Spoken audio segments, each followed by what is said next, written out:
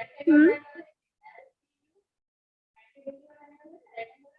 और मैम वो reproduction in plants जो लिखे हैं वो उसमें यही 3 जो मोड होते हैं वही लिख देंगे ना, रिप्रोडक्शन इन प्लांट। ये मैंने दिया है आई थिंक, कहाँ पर का क्वेश्चन था वो।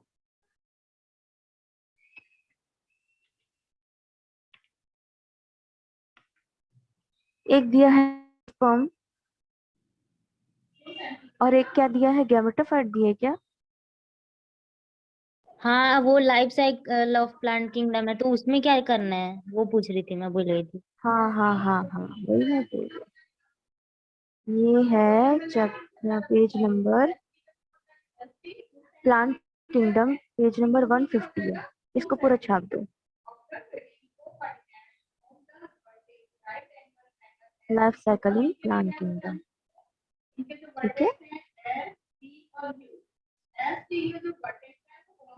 दिखा यस सबको ma'am. Life cycle in plant kingdom? हाँ। और यस कौन सा मैम। क्वेश्चन है? और कौन सा क्वेश्चन समझ नहीं आ रहा है? मैम बाकी आ गया। आ गया।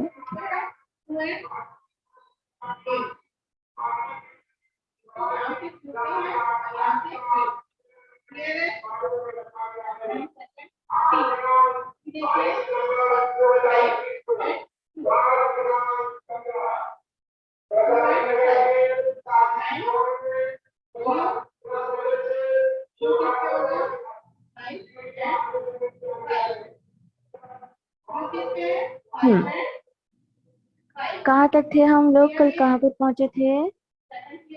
रूट्स एंड राइजोफोर्स और टीएस ऑफ स्टेम पहुंचे थे, है ना। टीएस ऑफ स्टेम में आपको क्या क्या दिखाई दिया और क्या क्या समझ में आया? क्लियर है कि नहीं? जाइलम फ्लोर क्लियर है कि नहीं, बताओ।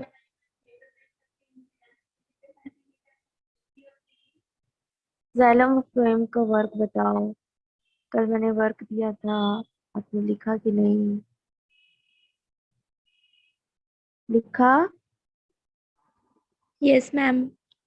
हम्म, क्या लिखा बेटा जाइलम फ्लोएम का वर्क में? मैम जाइलम एंड फ्लोएम जो रहते हैं वो अंडर वस्कुलर टिश्यू आते हैं। जाइलम हम्म। का वर्क रहता है कि वो रूट से प्लांट में वाटर और मिनरल को कंडक्ट करता है। और जो हम्म। फ्लोएम रहता है वो जो अदर न्यूट्रिशन रहते हैं, हाँ, जो फोटोसिंथेसिस के बाद उनके फूड प्रिपेयर होते हैं उनको फ्लोएम पूरे प्लांट में कंडक्ट करता है। कंडक्ट करता है। What is the meaning of vascular bundle? क्या होता है वेस्कुलर बंडल?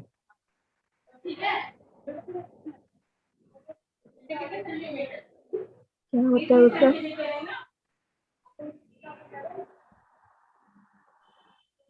जल्दी बताओ। जो टिश्यूज के ग्रुप रहते हैं जो प्लांट्स में प्रेजेंट होते हैं हम्म। उनको वस्कुलर बंडल बोल जाते हैं शायद। शायद, शायद नहीं होता है किसी भी चीज में शायद। आप डाल रहे हो इसका मतलब कि आपको कंप्लीट नहीं पता। ओके, वेस्कुलर्स जो बंडल्स होंगे, जैसे कि हमारे टिश्यूज, ठीक है, पहले हम अपना एग्जांपल देखते हैं। आपके हाथ को आप ध्यान से देखो, छोटे छोटे हेयर्स दिख रहे हैं, ठीक है। वो छोटे छोटे हेयर्स हमारे बॉडी के प्रोटेक्शन के लिए होते हैं।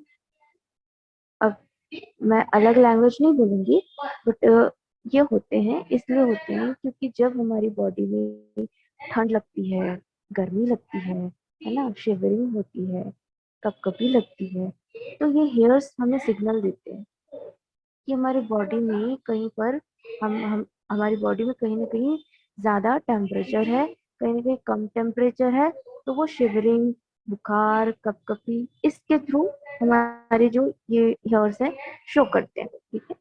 अगर हमारे बॉडी में ये छोटे छोटे छेद या हेयर्स नहीं रहते हैं, या जिससे हमारा पसीना जो है एक्सक्रीशन नहीं होगा, तो हमारी बॉडी किसी भी चीज के ट्रांसपोर्टेशन को कंप्लीट कर पाएगी?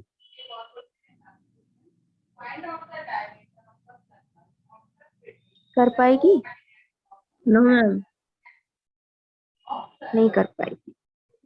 तो हमारी पूरे फुल बॉडी में वाटर लेवल है, 70% वाटर लेवल है। अगर हमारे ये वाटर लेवल कम होता है या ज्यादा होता है तो हमारी बॉडी से शो करेगी। कैसे शो करती है?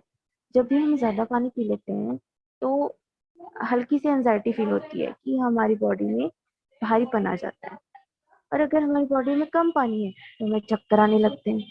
ठीक है, तो इनका बैलेंस बनाए रखने के लिए जो वाटर लेवल है वो प्लाज्मा मेम्ब्रेन के थ्रू क्या होता है, क्या होता है वो आसपास उस प्लाज्मा मेम्ब्रेन से एब्जॉर्प्शन और डिस्क्रीशन या एक्सक्रीशन होता है। मतलब कोई प्लाज्मा मेम्ब्रेन उसे एब्जॉर्ब करेगा और फिर वो प्लाज्मा मेम्ब्रेन दूसरे प्लाज्मा मेम्ब्रेन के थ्रू मॉलिक्यूल्स को, न्यूट्रिएंट को, वाटर लेवल को बैलेंस बनाए रखने के लिए दूसरे प्लाज्मा मेम्ब्रेन में पहुंचाएगा। ठीक वैसी जब हम बात प्लांट की करते हैं तो प्लांट में ऐसे तो कोई ऑर्गन्स होते नहीं है, पूरी फुल बॉडी इनकी प्लाज्मा मेम्ब्रेन से ही बनी होती है। मतलब कि टिश्यूज, वैस्कुलर बंडल्स और ये मेम्ब्रेन। इनका ना स्टमक है, ना पेंक्रियाज है, ना ना ही इनके पास कोई कैपिलरीज है, ना नसें हैं, ना वेन्स।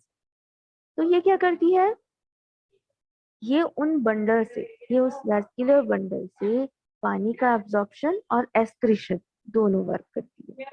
ठीक है, क्योंकि इनके पास सिर्फ मॉलिक्यूल्स हैं, इनके पास लार्ज मॉलिक्यूल्स हैं, इनके पास माइक्रो मॉलिक्यूल्स हैं, इनके पास मिनी मॉलिक्यूल्स हैं। तो इन मॉलिक्यूल्स को अब वो काट तो सकती नहीं है, इनके पास दांत तो है नहीं जैसे हम अपने खाने को काटते हैं दांत से, और फिर हम उसको बड़े से छोटा करते हैं, फिर छोटे से और छोटा करते हैं, फिर ये जाते हैं स्टमक में, फिर कुछ हार्मोन्स और कुछ एलिमेंट या कुछ केमिकल के थ्रू वहां पर खाने का डाइजेशन होता है। आपने 10th में पढ़ा है ना डाइजेशन सिस्टम, पढ़ा है कि नहीं? Yes ma'am. हाँ। अब क्या करते हैं, प्लांट के पास तो स्टमक नहीं है, दांत नहीं है, ये क्या करते हैं, ये अपने अपने एरिया के डिवाइडेशन के थ्रू चलते हैं, बड़े बड़े मॉलिक्यूल्स को बड़े बड़े मॉलिक्यूल्स या बंडल्स के थ्रू भेजते हैं, छोटे मॉलिक्यूल्स को छोटे बंडल से, और मिनी होगा तो और मिनी बंडल से। तो इस तरह से ये अपने आप को डिवाइड करके चलते हैं। ठीक है, क्योंकि इनके पास तो ऐसा कुछ है नहीं कि काटना पटना पड़े, इनको उस चीज को फेंकना पड़े। तो ये इन अपने अपने मॉलिक्यूल्स के अपने अपने साइज के अकॉर्डिंग उस बंडल को भेजते हैं और फिर वहां से ट्रांसपोर्टेशन होता रहता है। क्लियर है बेटा यहाँ तक?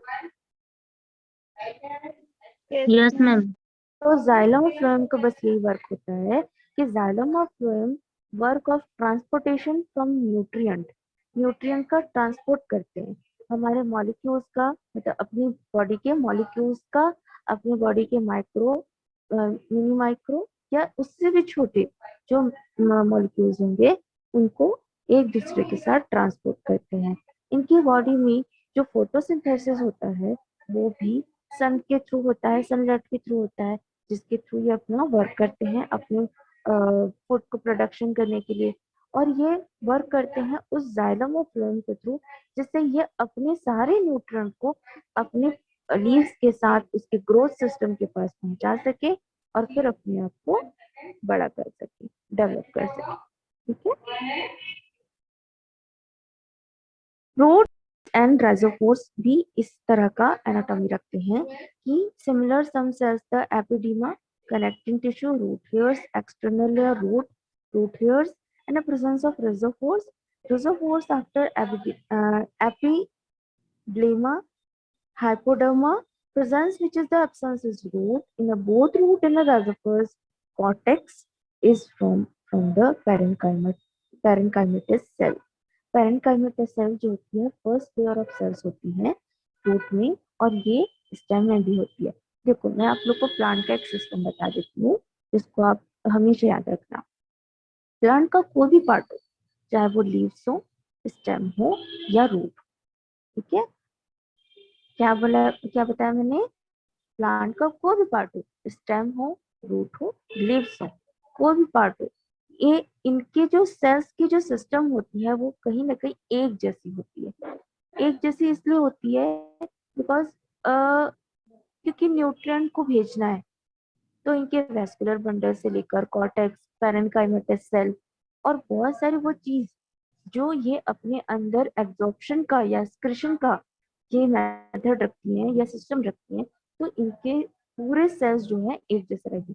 जैसे हम अपनी बात करें, लीवर सेल अलग है, हार्ट सेल अलग है, पेंक्रियास सेल अलग है, किडनी सेल अलग है, और ब्रेन के सेल्स अलग हैं, बोन मैरो है, बहुत सारी चीजें हैं, टिश्यूज है, लिगामेंट है, कैपिलरीज हैं, सेल्स हैं, है ना, प्लांट सेल्स। तो प्लांट का ये होता है कि इसके कोई ऑर्गन तो होते नहीं है, प्लांट के ऑर्गन के इनके सेल्स ही होंगे, इनके बंडल्स ही होंगे, इनके कॉर्टेक्स और पैरेन्काइमा सेल होंगे, तो एक जैसे सिस्टम में होते हैं। ठीक है, आप देख लो, टीयर्स ऑफ रूट देखो, epiblema, cortex, endodermis, pericycle, phloem and xylem, root में भी वही। ठीक है, अब देखो rhizophores, epidermis, hypodermis, cortex, pericycle, phloem, metaxylem, protoxylem. ठीक है, सेम वही स्ट्रक्चर। अब देखो tiers of cell, sorry tiers of stem, cortex, phloem xylem, protoxylem, metaxylem. समझ आया बेटा, तीनों का स्ट्रक्चर एक जैसा, तीनों के स्ट्रक्चर के नाम एक जैसे, बस थोड़ी बहुत डिफरेंशिएशन होती है बंडल्स। समझ में आया? याद रखेंगे, क्योंकि यस आगे मैम। आने वाले चैप्टर्स में जब आप कॉलेज में पहुंच जाओगे तो बहुत कंफ्यूजन होता है, बहुत डीपली पढ़ना पड़ता है इन सब चीजों को। कॉर्टेक्स, पैरेन्काइमा, मेटाजाइलम, प्रोटोजाइलम क्या होता है बच्चे समझ नहीं पाते। तो अभी से आप लोग कंफ्यूजन दूर रखिए, तीनों के स्ट्रक्चर एक जैसे होते हैं, बस बंडल्स का फर्क होता है, बस थोड़े बहुत डिफरेंशिएशन होते हैं बंडल्स के। कहीं आपको दिखेगा, कहीं पर स्टेम में दिखेगा कॉर्टेक्स कहीं पर है, तो रूट में दिखेगा कॉर्टेक्स कहीं और पर है, फिर दिखेगा स्टेम में कहीं और है। प्रोटोजाइलम, मेटाजाइलम, इसका मतलब ये होता है कि मेटाजाइलम जो होती है वो बड़ी और प्रोटो छोटी, लेकिन प्रोटो का काम होता है कि प्रोटो पहले वर्क करती है, बाद में मेटा काम करती है। ठीक है, तो इस चीज का कंफ्यूजन आप लोग मत पाना, जाइलम और फ्लोएम का वर्क एक जैसा होता है किसी भी स्टेम, रूट या लीव्स। क्लियर है बच्चा सबको? Yes ma'am. Yes ma'am. चलिए अब आते हैं पेज नंबर 134 जो मैंने स्क्रीन पर रखा है। Some point related with the Salangella name refer is D. viewers, and it is also known as little club moss or spike moss, and are used sporangiate and pteridophyte. Leaves sporophyll contain legules. Okay, तो ये आप लोग read कर लो। Xylem and phloem, years of leaf of S. क्रॉसनिया। VS का मतलब क्या होता है? ट्रांसवर्स सेक्शन का मतलब होगा टीएस, और वीएस का क्या मतलब होगा? क्या मतलब होगा रिया?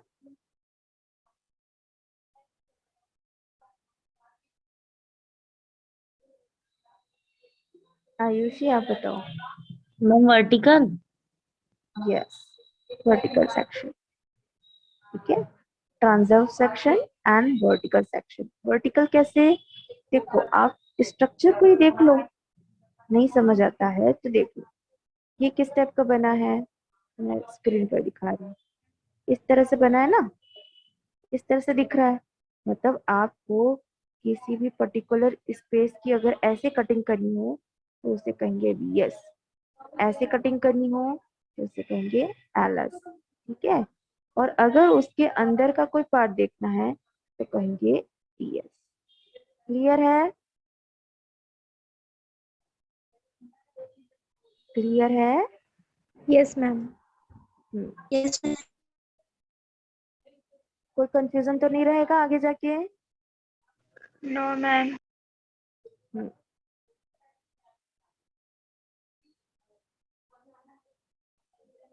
वीएस का मतलब होता है वेंट्रिकल सेक्शन या वेंट्रल सेक्शन, ठीक है।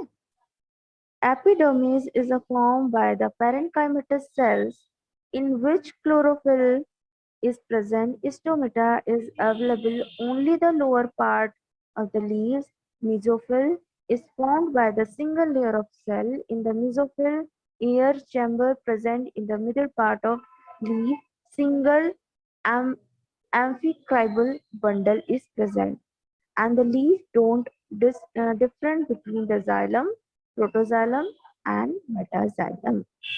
देखो xylem और phloem का ये स्ट्रक्चर आप देख रहे होगे layers of leaf में, cuticle, upper epidermis, chloroplast, mesophyll, lower epidermis. Epidermis, अब मैं इसका बताती हूँ कि क्या मतलब होता है एपिडर्मिस का। एपिडर्मिस का मतलब होता है कि वो स्किन जिसका फर्स्ट लेयर है, एपिडर्मिस कहलाती है, ठीक है। एपिडर्मिस 3 पार्ट में मतलब बढ़ती है। पहली होती है अपर एपिडर्मिस, दूसरी होती है मिडिल एपिडर्मिस और तीसरी होती है लोअर एपिडर्मिस, ठीक है। 3 पार्ट में ये बटी होती है। फर्स्ट लेयर होती है स्किन की, हमारी भी स्किन की एपिडर्मिस है। आपका जो फर्स्ट चमड़ी दिख रहा है ना जिसमें हेयर्स हैं, वो होती है एपिडर्मिस। उसके नीचे की लेयर्स दूसरी होती है, ठीक है। तो ठीक वैसे ही जो प्लांट की स्किन है वो भी उस एपिडर्मिस से बटी है। देखिए फर्स्ट है लोअर एपिडर्मिस। सबसे पहले आप देखो लोअर एपिडर्मिस, इसका मतलब ये कि अपर एपिडर्मिस इसके ऊपर होगी, है ना। तो देखो अपर एपिडर्मिस कहाँ पर है, फ्लोएम के पास। Upper epidermis, lower epidermis, mesophylls. Mesophylls का मतलब होता है जो कनेक्टिंग टिश्यूज होते हैं उसे कहते हैं मीजोफिल्स। क्यूटिकल, क्यूटिकल का मतलब होता है वो ऐसे बंडल्स, वो छोटे छोटे कनेक्टिंग टिश्यूज जो एक दूसरे से चेन के अकॉर्डिंग जुड़े होते हैं। क्यूटिकल्स हमेशा आपको चेन के अकॉर्डिंग ही दिखाई देगी, ठीक है। अच्छा, मीजोफिल्स देख लो। मीजोफिल्स ऐसे बीच बीच में गैप है और एक दूसरे से कनेक्टिंग है, और बीच में जाइलम एंड फ्लोएम दिख रहा है आपको, ठीक है। तो जाइलम और फ्लोएम का तो वर्क पता चल गया, इन लोगों का भी वर्क अलग अलग होता है। ये एक तरह का कनेक्टिंग का वर्क करते हैं। जैसे आपकी नसें, आपके कैपिलरीज एक दूसरे से जोड़ते हैं दूसरे नसों को, या दूसरे लेयर को, या दूसरे स्किन को, ठीक वैसे ही जाइलम फ्लोएम को जोड़ने के लिए भी mesophyll, upper epidermis, cuticle useful है। क्लियर है बेटे यहाँ पर? Yes ma'am. स्टोमेटा क्या होता है तो बताएगा। स्टोमेटा आपने पढ़ा है 9th में, 10th में, बताओ। मैम ये लीव्स के सरफेस पे प्रेजेंट होती है, लोअर सरफेस पे, जिससे गैसेस के एक्सचेंज होते हैं। हाँ, गैसेस के एक्सचेंज होते हैं। Good, very good. कौन कौन से गैसेस के एक्सचेंज होते हैं mainly? Oxygen and carbon dioxide. Very good. तो स्टोमेटा दिन में खुला होता है कि रात में खुला होता है?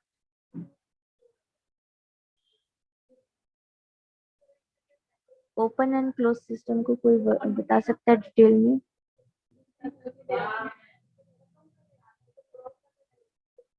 कुछ याद हो तो?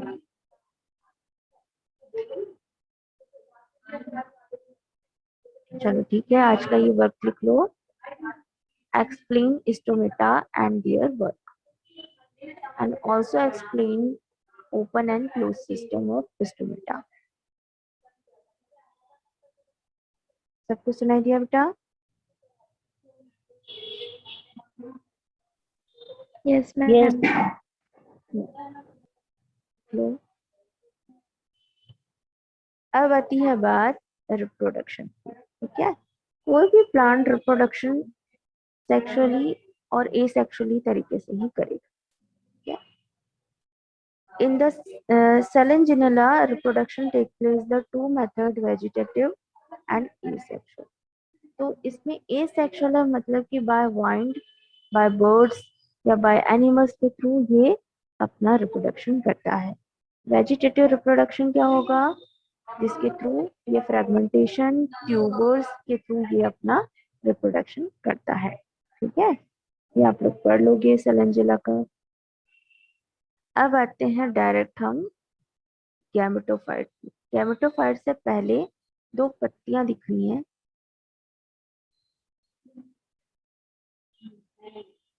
पेज नंबर 135 देखो।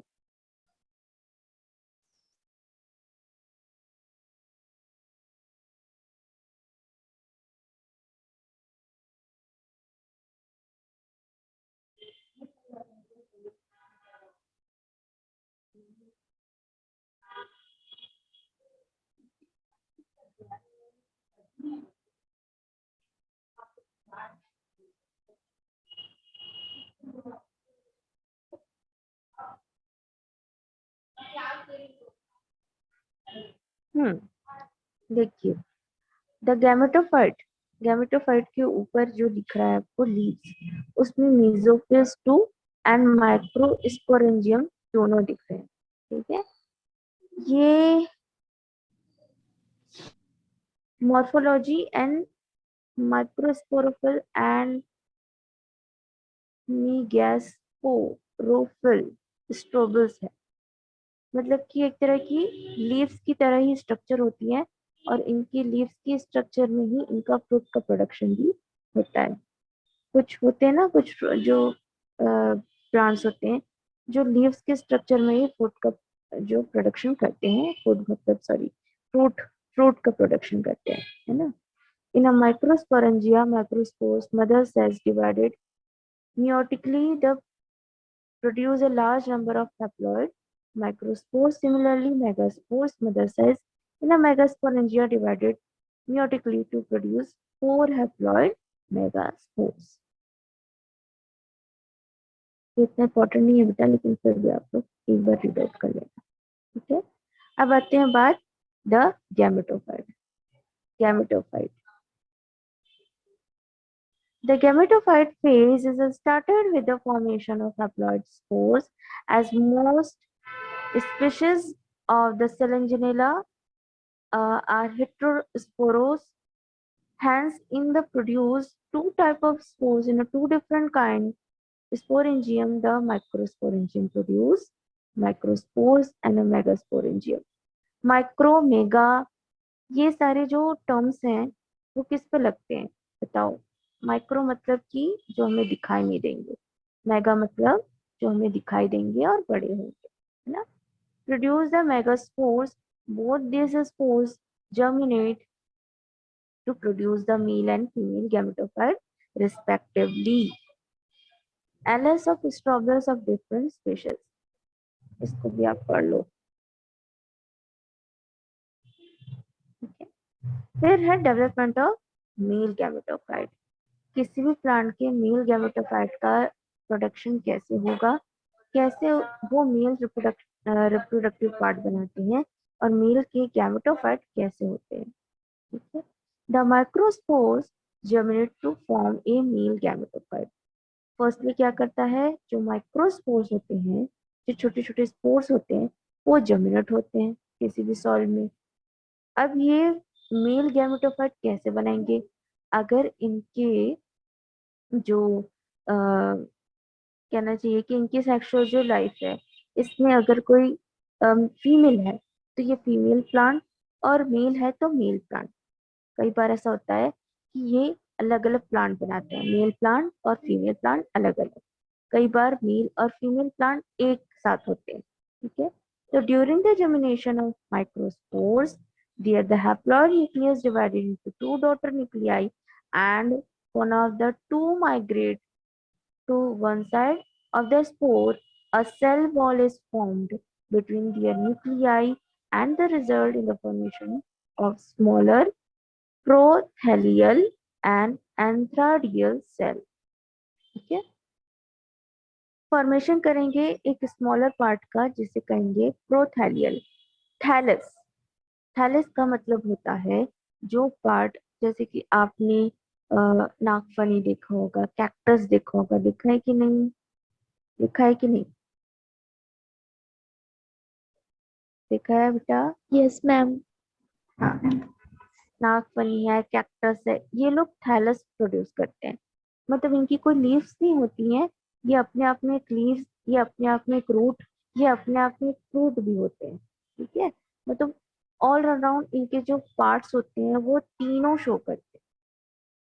तो क्या होगा, प्रोथैलियाई and एंथ्रोडियल cell.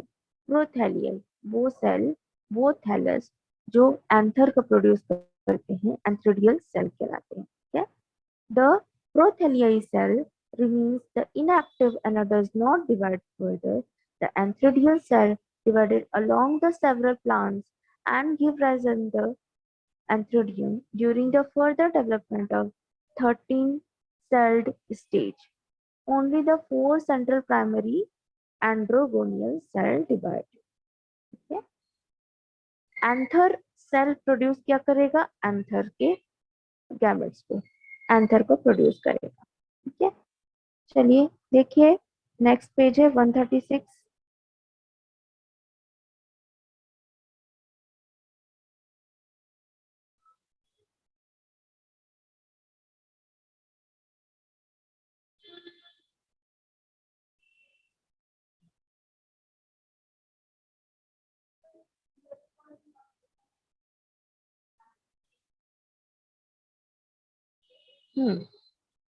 Development of male gametophyte.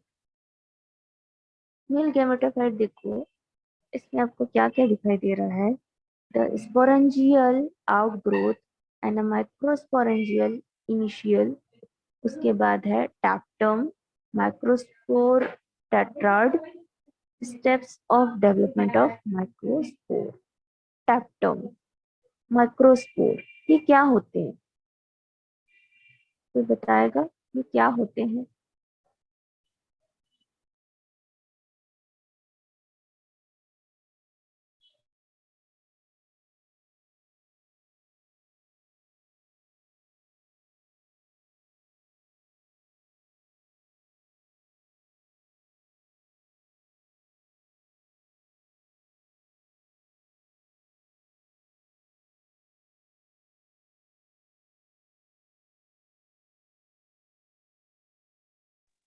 हाँ, बताइए। Tapetum, microspore, tetrad, microsporangial initial, sporangial outgrowth, ये सब आपको क्या समझ में आ रहा है, क्या दिख रहा है? मैम जो स्पोर से फॉर्म होते हैं। ये स्पोर से फॉर्म होते हैं। ठीक, जब प्लांट की बात आती है तो अब तक हमने वायरस पढ़ा, बैक्टीरिया पढ़ा, फंगस पढ़ा, है ना? ये सब पढ़ने के बाद जब प्लांट आता है तो प्लांट के मेन मेन पार्ट्स क्या होते हैं?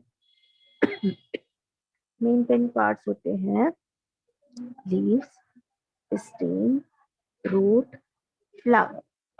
अभी तक आपने तीन चीज पढ़ी है, स्टेम, रूट एंड लीव्स। ठीक है, अब आती है बात इनके फ्लावर्स की।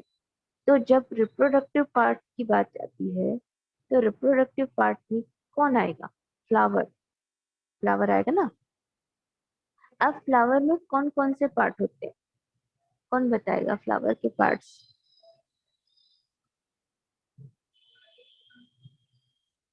क्लास 10th में आपका एक रिप्रोडक्टिव पार्ट था, अभी भी है, तो आपने पढ़ा होगा, तो कुछ याद होगा तो बताओ बेटा। रिप्रोडक्टिव पार्ट,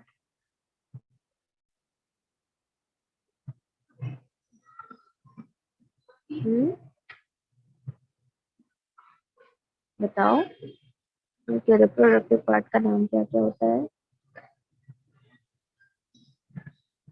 मेरी वॉइस क्लियर सुनाई दे रही है कि नहीं?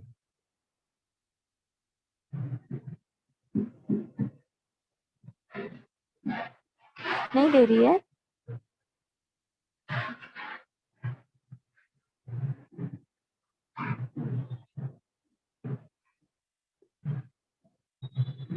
बताओ, रिप्रोडक्टिव पार्ट ऑफ फ्लावर। हम उसके फीमेल रिप्रोडक्टिव को कार्पल कहते थे एंड Okay. मेल को स्टेमन कहते थे। थे बेटा, अभी भी कहते हैं। Sorry ma'am. वो मर थोड़ी ना गया है। हाँ, तो कार्पल के 3 पार्ट्स होते हैं, ovary, style and stigma, and स्टेमन के 2, एंथर एंड फिलामेंट।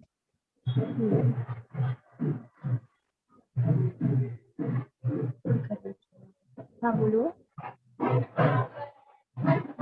बोलो बोलो। और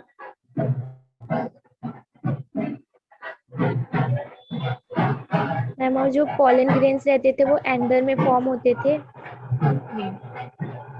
एंड वो स्टिग्मा के थ्रू ओवरी में जाते थे फ्लावर के। तो अभी भी है बेटा। हाँ, नहीं, गुड आंसर दे रही है, बट ये मत लगाओ, वो अभी भी हो रहा है, अभी भी कंटिन्यू प्रोसेस है ना। फिर ओवरी में उनके फर्टिलाइजेशन का प्रोसेस होता है प्रोसेस जिससे वो जाइगोट फॉर्म करके सीड फॉर्म करते हैं और फिर उस सीड से फिर न्यू प्लांट ग्रो हो जाते हैं। हाँ, या फिर सीड अगर नीचे गिरेंगे तब भी प्लांट है ना। देखो, प्लांट के अगर एवरी पार्ट के बारे में अभी आप तक में जितना जाना है वो सिर्फ आपका बेसिक है। अब आपको इसका डीप फॉर्म देखना है कि इनके पार्ट के अंदर क्या होता है।